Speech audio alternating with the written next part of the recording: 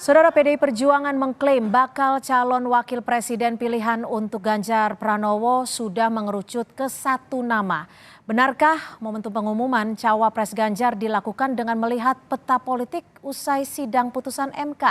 Kita akan segera membahas dengan Direktur Lembaga Survei Indonesia. Sudah ada Mas Jayadi Hanan dan nanti juga kita masih menunggu untuk bergabung Pak Hasto Kristianto, Sekjen PDI Perjuangan. Selamat sore Mas Jayadi, terima kasih sudah bergabung bersama kami. Selamat sore, Cynthia.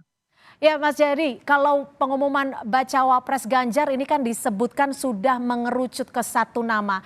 Menurut Anda apakah ini memang momentumnya kebetulan atau memang menunggu putusan MK yang akan dilakukan hari Senin besok? Tidak kebetulan ya, saya kira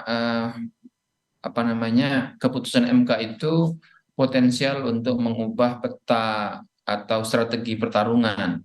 Kalau keputusan MK itu memberi peluang atau memberikan ketetapan bahwa umur itu bisa di bawah minimal 35 tahun, maka itu berarti Gibran bisa maju.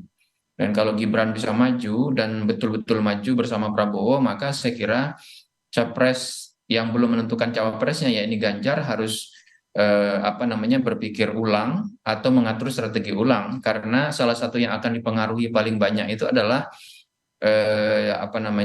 pasangan capresnya Pak Ganjar gitu. Karena kalau nanti Gibran betul bergabung bersama Prabowo sebagai cawapres, itu berarti posisi Pak Jokowi menjadi sangat jelas berada di kubu Prabowo. Secara baik itu dinyatakan secara terbuka atau tidak terbuka. Itu berarti kemungkinan pasangan Prabowo dan Gibran untuk menggerus suara yang selama ini menjadi basis suara dari Ganjar Pranowo itu akan makin besar, sehingga Ganjar Pranowo harus mengantisipasinya dengan cawapres yang mungkin bisa mengatasi kekurangan tersebut.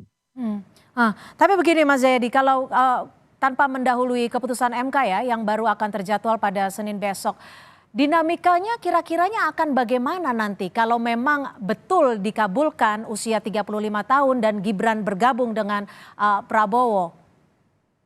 Ya itu tadi, itu berarti selama ini kan Ganjar dan Prabowo itu kan berebut endorsement Jokowi kan gitu. Hmm. Dan itu memang sangat penting buat keduanya. Tapi kan Ganjar, Gibran kita tahu masih menjadi kader PDI Perjuangan. yaitu makanya itu akan membuat dinamika baru kan. Hmm. Karena kalau kalau nanti Gibran bergabung dengan Prabowo, pertama itu berarti kan jelas berarti Gibran keluar dari PDIP gitu kan. Atau eh, apa apa namanya eh, tidak bisa lagi dianggap sebagai bagian dari kubu Ganjar kalau yang memang begitu. Yang kedua, itu juga berarti bahwa Jokowi sebagai yang selama ini mengendorse baik Ganjar maupun Prabowo, itu berarti kan sudah sangat jelas, baik dinyatakan terbuka atau tidak itu berada di kubu Prabowo karena ada Gibran di situ. Nah, itu kan akan mengubah peta dan strategi pertarungan terutama antara kubu Prabowo dan kubu Ganjar. Oke, sudah bergabung bersama kami Pak Hasto Kristianto, Sekjen PDI Perjuangan. Terima kasih Pak Hasto sudah bergabung menyempatkan waktu di akhir pekan untuk bersama Kompas Petang. Pak Hasto langsung saja nih, kemarin Ketua Umum Partai Hanura Osman Sabta juga bilang bacawa pres Ganjar diumumkan pada Rabu. Betul ya Pak, seperti itu ya?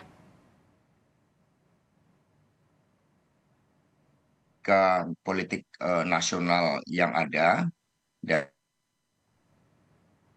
direncanakan dilakukan pembahasan secara intens terhadap kapan calon wakil presiden Pak Ganjar Pranowo akan diumumkan. Karena kami harus merancang elemen of surprise-nya, juga kemudian narasi yang dibangun sesuai dengan bagaimana para ketua umum partai politik pengusung Pak Ganjar Pranowo menetapkan problematika pokok yang dihadapi dan yang harus dijawab oleh Pak Ganjar Pranowo, dan juga dengan melihat kontestasi elektoral yang terjadi. Sosok cawapresnya seperti apa nih Pak Hasto? Ya, sudah dibahas cukup lama, kan dimulai pada tanggal 18 Maret ketika Ibu Megawati Soekarno Putri bertemu dengan Presiden Jokowi selama 3 jam di Istana Merdeka saat itu dikerucutkan Pak Ganjar Pranowo, Mhm. juga kemudian dibahas calon-calon wakil yang paling tepat mendampingi Pak Ganjar Pranowo, dan kemudian berbagai kajian-kajian, masukan dari para ketua umum sudah disampaikan, juga pencermatan terhadap konstelasi nasional yang terjadi, dan berbagai kombinasi pasangan dari Pak Prabowo, kemudian Pak Anies, semua ikut menentukan bahwa calon wakil Pak Ganjar Pranowo merupakan sosok yang menjadi daya leverage di dalam memenangkan kontestasi di dalam pemilu 2024. Oke, Pak Hasto, ini tanpa mendahului putusan MK pada Senin besok. Tapi jika MK ternyata mengabulkan gugatan batas usia Capres-Cawapres, itu kan artinya terbuka peluang Gibran digandeng Pak Prabowo. Bagaimana PDI melihatnya? Dan apa yang akan dilakukan PDI Perjuangan? Kami mencermati bahwa di dalam kontestasi Pilpres, maka konsideran terpenting di dalam meningkatkan kualitas demokrasi adalah kesetiaan terhadap aturan main. Kami masih mencermati terhadap pendapat berbagai pakar ahli hukum tata negara bahwa keputusan MK harus ditelaah lebih lanjut. Ketika keputusan MK hanya mengatakan bahwa ketentuan usia 40 tahun itu bertentangan dengan konstitusi, maka itu sifatnya final and binding. Demikian pula kalau keputusannya tidak bertentangan dengan konstitusi. Tetapi kemudian ketika keputusan MK menambahkan suatu klausul baru yang tidak termuat di dalam undang-undang tentang pemilu presiden dan wakil presiden, maka keputusan MK tersebut tidak otomatis berlaku karena MK tidak memiliki fungsi legislasi, tidak memiliki suatu fungsi di dalam menambahkan materi-materi muatan yang baru, sehingga harus dilakukan perubahan terhadap undang-undang pemilu presiden dan wakil presiden, baru materi muatan yang dimasukkan oleh Mahkamah Konstitusi itu berlaku sebagai hukum.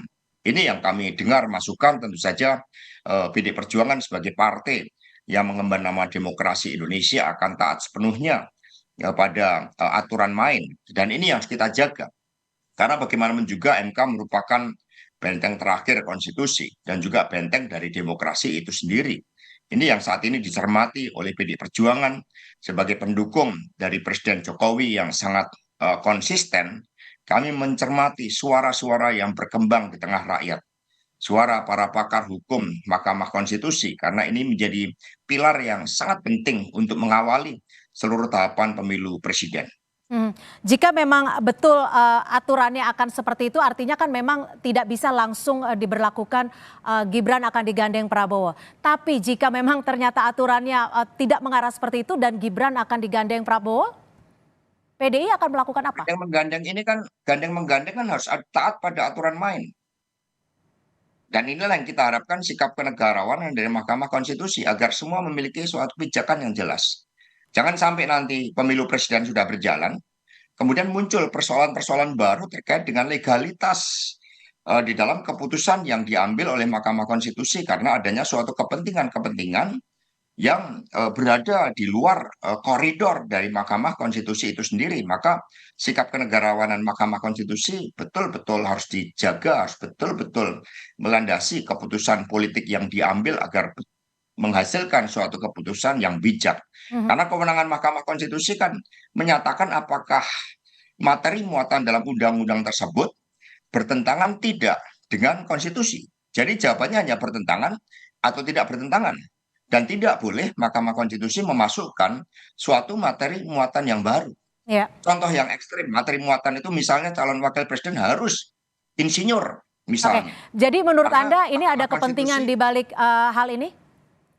Tadi Anda ya bilang seperti itu. kita harapkan semua di dalam mengawal Pilpres sebagai instrumen yang sangat penting di dalam transisi kepemimpinan nasional yang demokratis, semua harus berpijak pada hukum, Baik. bukan berpijak pada kepentingan. Karena kalau misalnya dimasukkan klausul pernah menjadi kepala daerah, bagaimana dengan profesi yang lain di luar kepala daerah? Karena mereka juga punya hak untuk bisa juga dicalonkan. Maka kembali pada koridor bahwa kewenangan Mahkamah Konstitusi itu adalah untuk menyatakan apakah materi muatan di dalam undang-undang tersebut bertentangan dengan konstitusi atau tidak. Itu yang paling penting untuk dijawab. Baik, saya akan ke Mas Jayadi. Mas Jayadi, ini kalau tinggal ada satu nama yang akan mendampingi Pak Ganjar, menurut Anda siapa yang ideal mendampingi Ganjar Pranowo? Apalagi jika Gibran digandeng oleh Pak Prabowo? Eh, yang ideal kalau kita dengar dari Mas Hasto di media itu kan memenuhi banyak hal. Misalnya yang mengerti geopolitik, memahami soal krisis pangan, krisis energi, bisa mengatasi masalah-masalah di Timur Tengah gitu. Misalnya ya, itu sejumlah hal yang disebut. Saya kira tidak ada satupun dari nama-nama yang beredar memenuhi ke semua syarat itu. Ada yang memenuhi satu syarat tapi tidak syarat yang lain. Misalnya kalau soal geopolitik mungkin itu lebih mengarah ke pertahanan keamanan, mungkin Pak Andika. Tapi kalau soal berprestasi misalnya ada banyak yang berprestasi termasuk Ibu Khofifah. Kemudian yang bisa mengatasi persoalan-persoalan krisis energi itu belum terlihat siapa di antara berbagai nama tersebut. Atau misalnya yang apa namanya bisa membantu mengatasi masalah krisis di Timur Tengah. Mungkin ada nama baru seperti Tuan Guru Bajang misalnya. Tapi sekali lagi yang muncul di media itu belum sebetulnya belum mengarah ke satu nama. Dan memang tidak ada satupun nama di antara berbagai nama yang beredar itu yang memiliki kelengkapan sepenuhnya untuk membantu Pak Ganjar untuk memenangkan pertarungan Pilpres di semua lini gitu. Oke, Pak Hasto, ada nggak nama Pak Andika, Ibu Khofifah, atau Tuan Guru Bajang untuk Rabu besok diumumkan?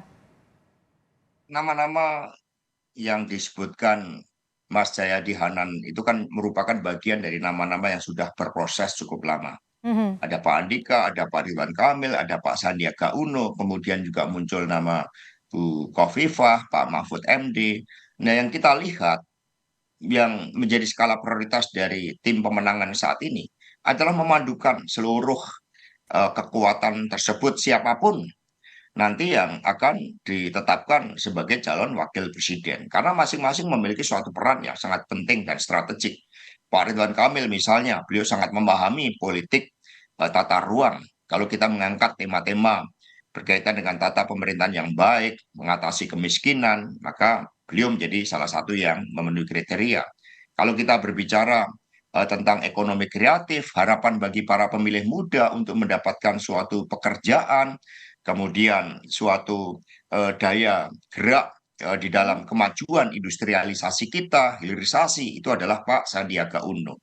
Ini kalau kita melihat memotret persoalan pokok bangsa ini adalah masalah hukum, bagaimana perlunya wasit yang baik di dalam iklim investasi kita, kepastian di dalam hukum, keadilan hukum, kepercayaan terhadap aparat penegak hukum. Kalau itu dipandang sebagai core problemnya, maka Pak Mahfud MD. Kalau kita melihat aspek-aspek konektografi, pentingnya Indonesia membangun kemajuan dari Samudra Hindia ke Pasifik, maka itu artinya adalah Pak Basuki. Sehingga potensi dengan melihat dari Mas Hanan tadi bahwa Mas Jayadi mengatakan nama-nama dalam memenuhi kriteria kan tidak ada satupun. Tapi kalau ketika seluruh potensi itu digabungkan ya dalam satu kesatuan yang kemudian mengikatkan diri dalam agenda masa depan bersama Pak Ganjar dan wakil yang akan ditetapkan, maka ini akan menjadi suatu kekuatan yang sangat bagus bagi Pak Ganjar Pranowo. Upaya inilah yang saat ini sedang kami lakukan. Oke, jadi bagaimana mencari sosok yang bisa menggabungkan figur-figur yang mampu mendampingi Pak Ganjar Pranowo. Jadi Rabu kita akan tunggu siapa nama yang akan dipilih PDI Perjuangan untuk mendampingi Ganjar Pranowo. Terima kasih Pak Hasto Kristianto, Sekjen PDI Perjuangan, dan juga Mas Jayadi Hanan, Direktur Eksekutif Lembaga Survei Indonesia yang sudah bergabung bersama kami di Kompas Petang. Selamat sore.